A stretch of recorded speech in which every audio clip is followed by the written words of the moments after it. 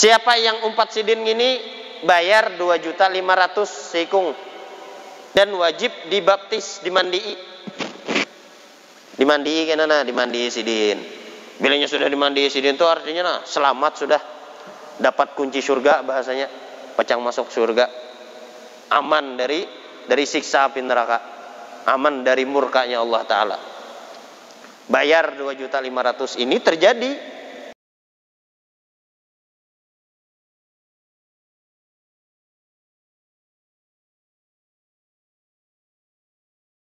Alhamdulillah, di pertemuan yang telah lewat kita membahas tentang rukun Islam yang pertama, yaitu adalah mengucap 2 kalimat syahadat.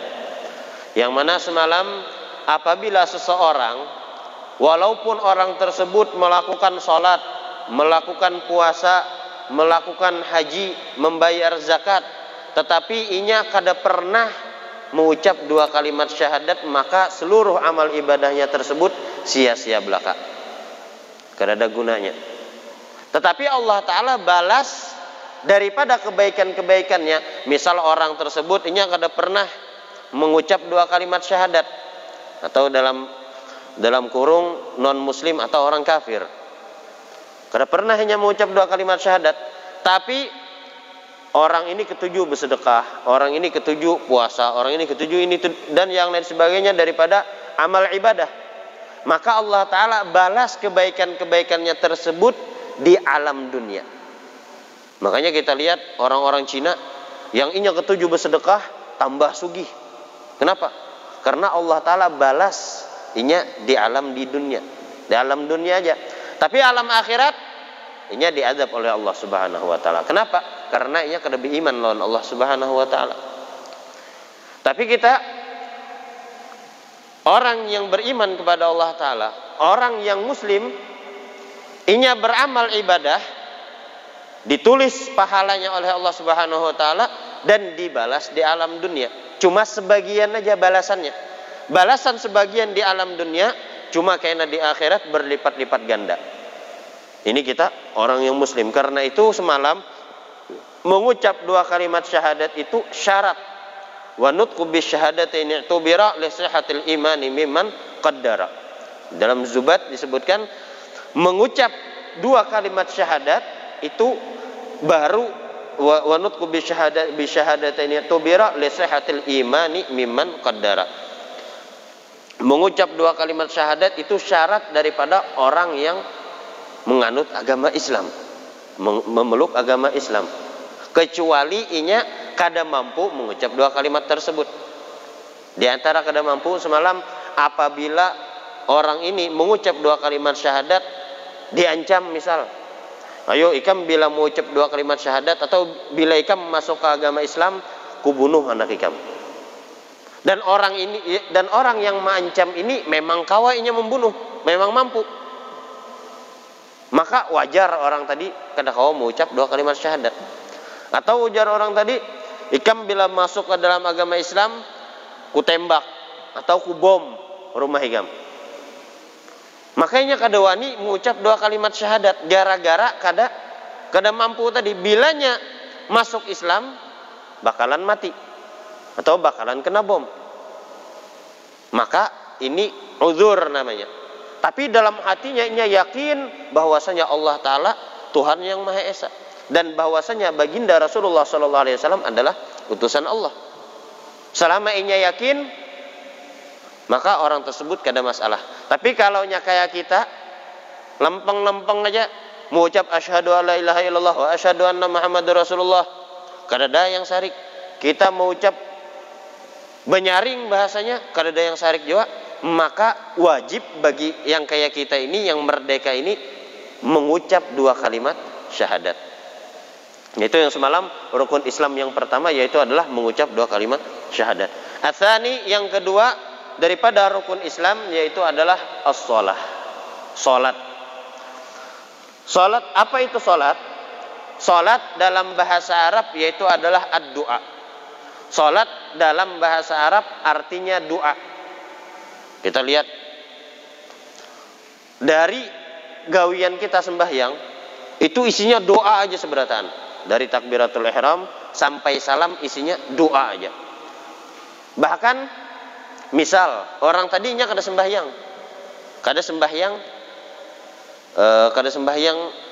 yang sembahyang kita, ujarnya aku hendak sembahyang, kita lihati sekalinya Allahumma inna nas'aluka ridhaka wal jannah wa na'udzubika min sakhatika wan nar, baca doa aja, maka ini termasuk sembahyang di dalam bahasa Arab, kategori sembahyang dalam bahasa Arab.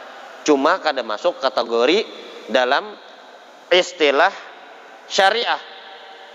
Adapun istilah syariat, istilahan yang namanya sembahyang itu hiya aqwalun wa af'alun muftatihatun bitakbir wa muhtatimatun bitaslim ghaliban. Yaitu aqwal, perkataan ataupun ucapan, muftatihatun yang dimulai bitakbir dengan takbiratul ihram, wa muhtatimatun dan ditutup bitaslim dengan salam. Ghaliban kebanyakannya. Nah, jadi apapun itu, baik itu sembahyang 5 waktu, kalau dimulai dengan takbir ditutup dengan salam, maka itu namanya sembahyang. Sembahyang 5 waktu, sembahyang sunnah Id, sembahyang ini itu dan yang lain sebagainya. Bahkan termasuk daripada definisi ini yaitu sujud syukur dan sujud tilawah.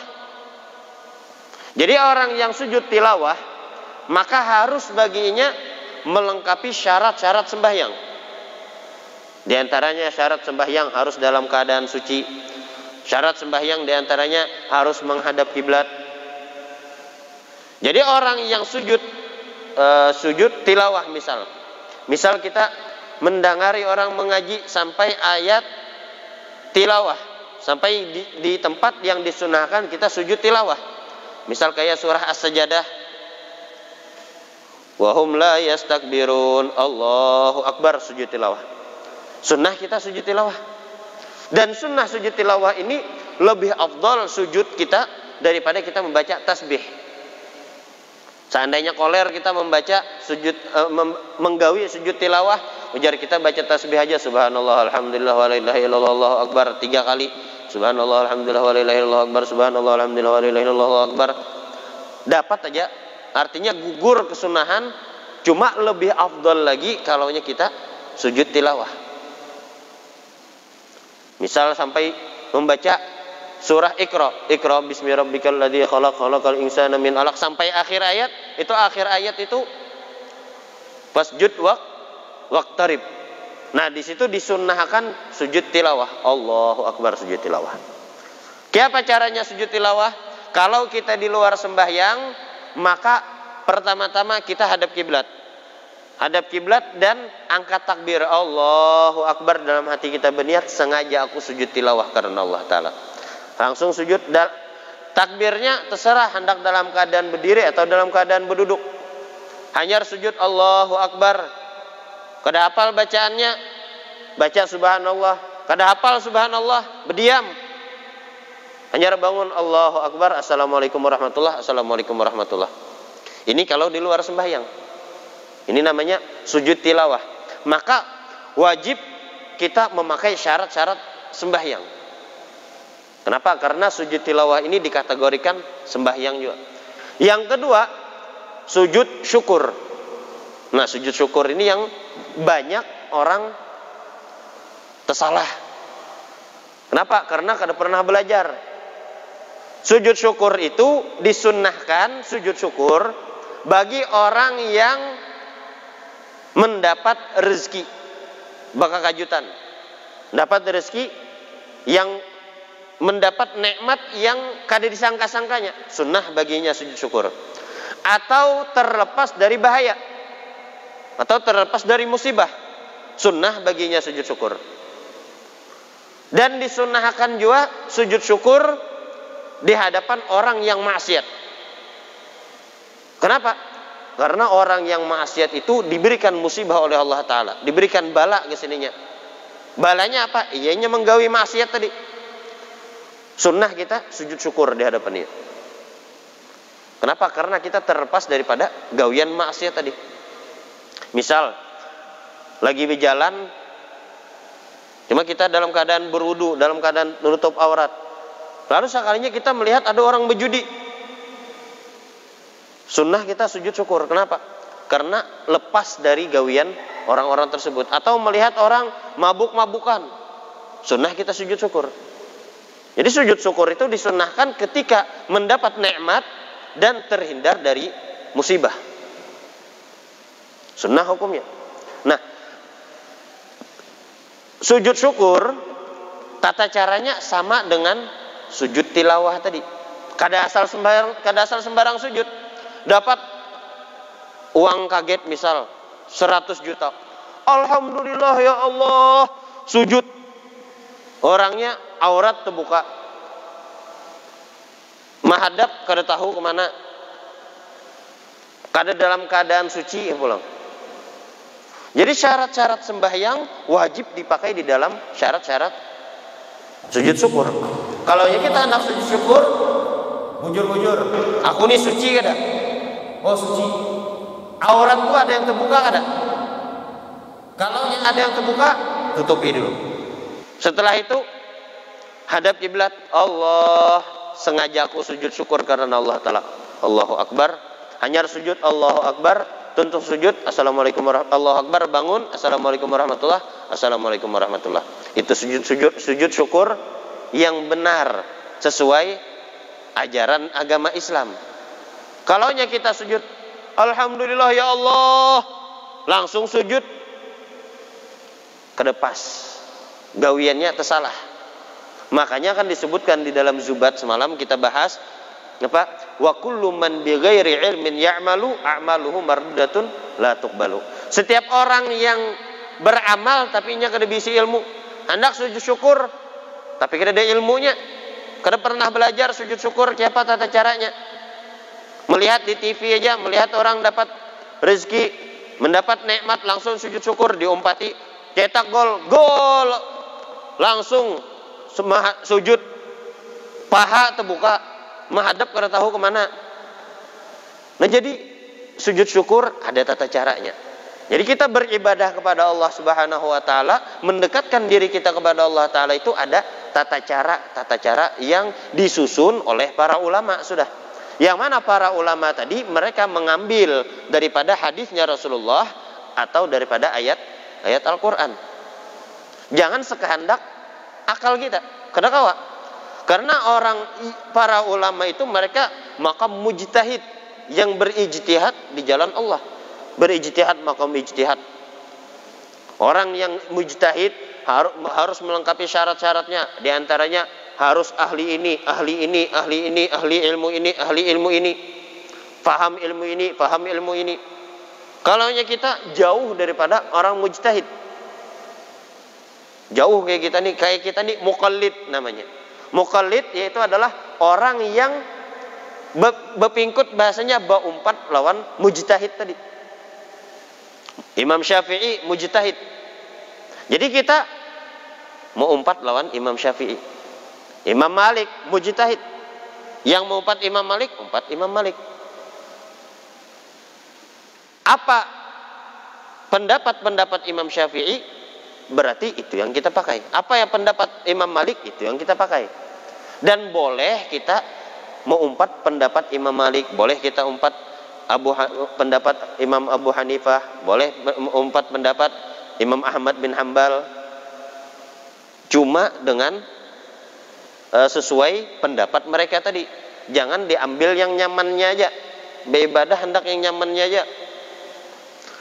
Walhasil as-shalah tadi sembahyang. Sembahyang yaitu adalah perkataan ataupun ucapan-ucapan yang dimulai dengan takbir, ucapan dan perbuatan dimulai dengan takbir dan ditutup dengan salam. Itu ta'rif sembahyang. Dan sembahyang ini kita wajib meyakini di dalam hati kita bahwasanya sembahyang itu hukumnya wajib. Hukumnya wajib sembahyang. Jangan sampai tertipu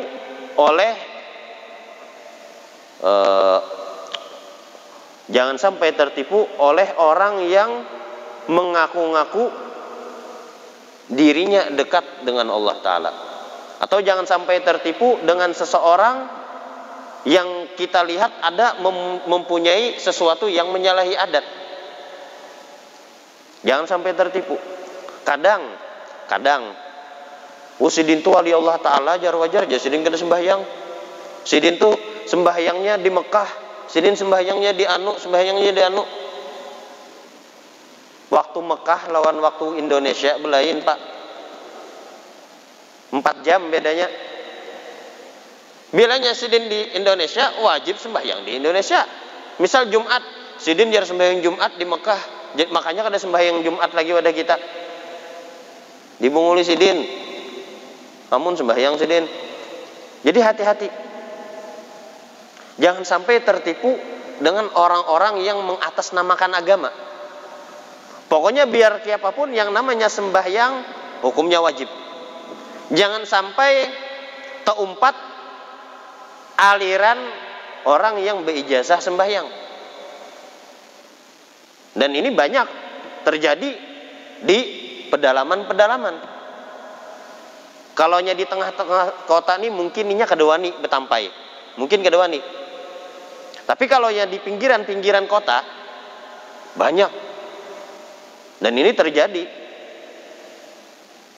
Siapa yang hendak umpat ijazah, dapat ijazah, kada sembahyangan lagi, kada wajib lagi sembahyang, santai. Waktu duhur, asar, maghrib, isya, subuh, sarah aja lagi. Nah, ini ijazahnya bahwasanya fulan bin fulan lulus, bahasanya tamat sudah sembahyang, kada bersembahyangan lagi. Cuma syahadatnya belain. Syahadatnya ada. Syahadatnya lain asyhadu an la ilaha illallah wa asyhadu anna muhammadur rasulullah. Syahadatnya belain. Dari syahadatnya sudah ketahuan dah. Mbah itu pulang, siapa yang umpat Sidin gini bayar 2.500.000 sikung. Dan wajib dibaptis, dimandii. Dimandii kenana, dimandii Sidin. Bilanya sudah dimandii Sidin itu artinya selamat sudah. Dapat kunci surga bahasanya. Pecang masuk surga. Aman dari siksa api neraka. Aman dari murkanya Allah Ta'ala. Bayar 2.500.000 ini terjadi. Khususnya daerah, bahkan di daerah Kalteng sini juga ada terjadi.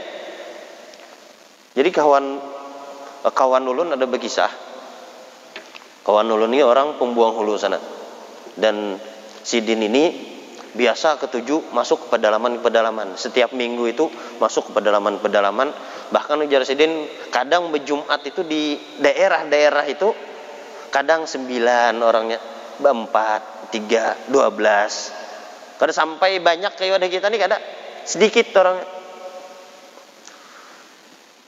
Dan orang-orang yang membawa aliran-aliran kada bersembahyangan tadi masuk ke kampung tadi. Orang-orang yang kini biasanya diusir dari kampungnya. Dari kampungnya diusir, masuk ke kampung lain, becari murid. Pas tetamu nang pengoler jualan sembahyang. Atau tetamu orang yang dasar kada paham sama sekali ilmu agama. Kayak orang-orang pedalaman tadi. Bahannya kada tahu. Jangankan sembahyang, berwudu aja ada yang kada bisa. Ini orang-orang yang pedalaman. Berwudu aja kada bisa. Nah jadi dimasukinya. Kawan ulun ini sebulan tuh sekali ke situ, sebulan sekali. Manu pengajian di situ. Orangnya yang asalnya di masjid, misal ada setengah masjid misal. Setiap datang itu berkurang, tinggal sikung aja lagi. Tanggung Sidin, kenapa nih tinggal sikung aja, pian aja lagi. Pian tahulah guru, kenapa? Di kampung sini sudah kemasukan aliran yang bertamat sembahyang itu. Dan sekampungan umpat lawan Sidin. Nah penyaman, kada sing sembahyangan lagi, sekampungan umpat. Ulun yang lagi kada umpat. Dan siapa yang umpat lawannya itu guru bayar 2.500.000. Oh iya aja Sidin.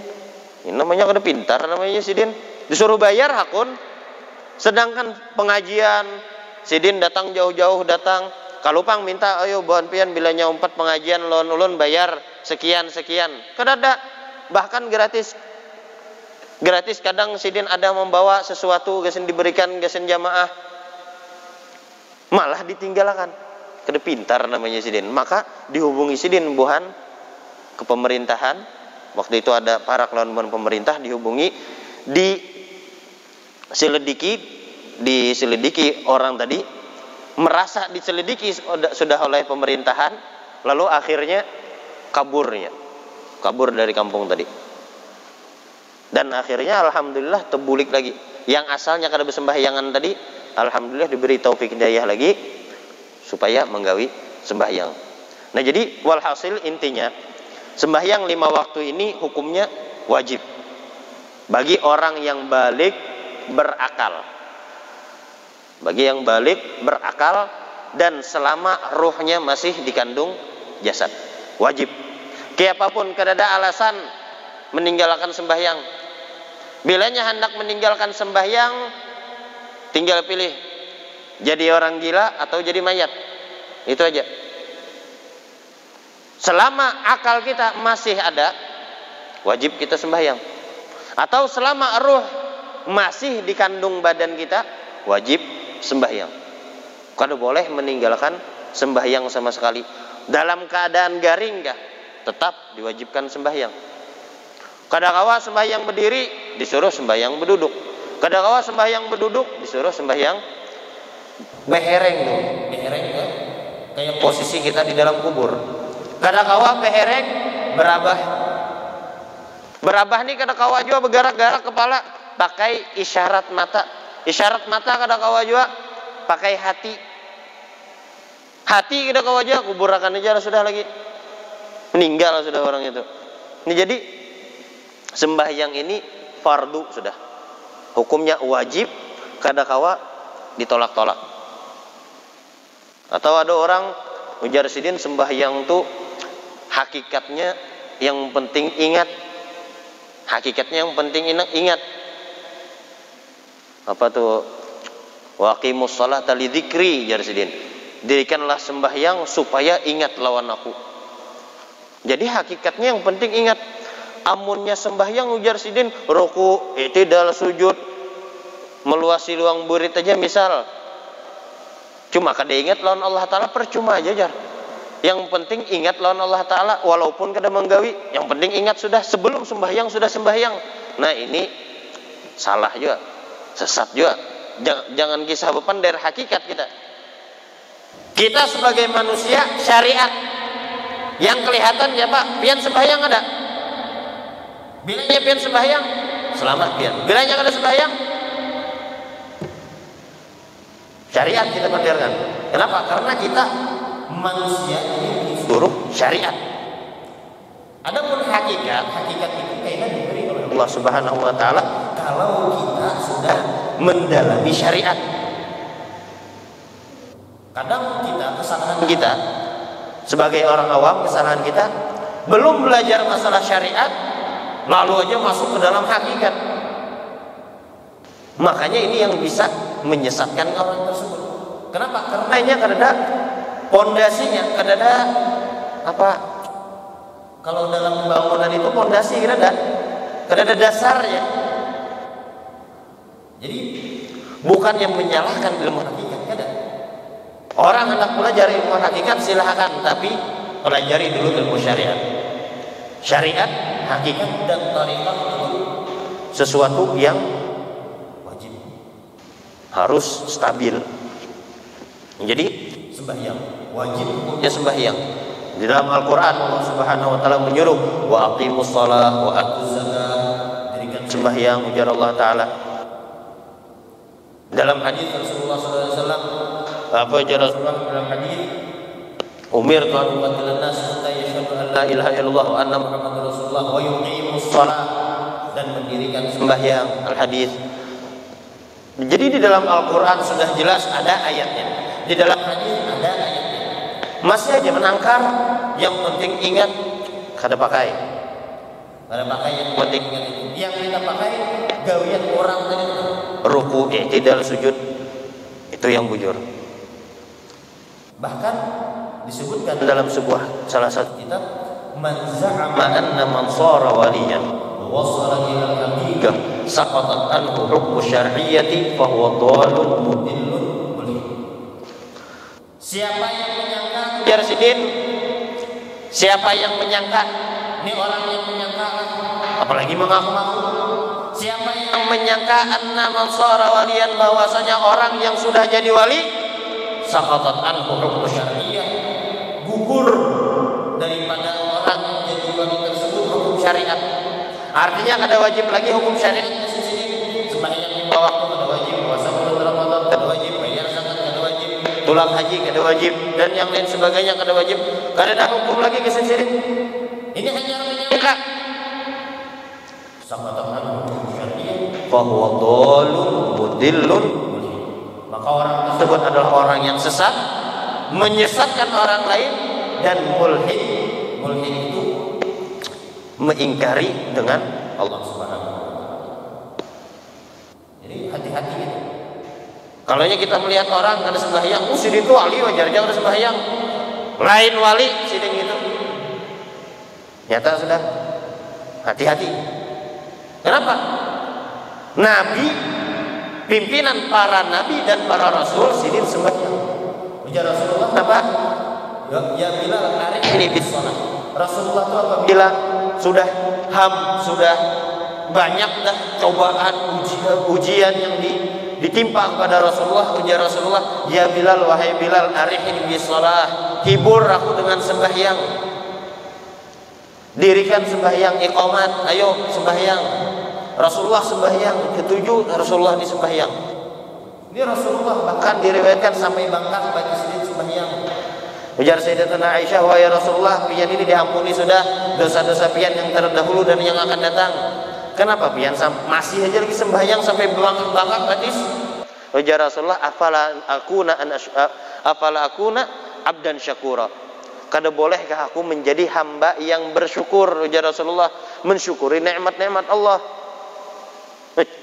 Walhasil, yang namanya sembahyang ini hukumnya fardu.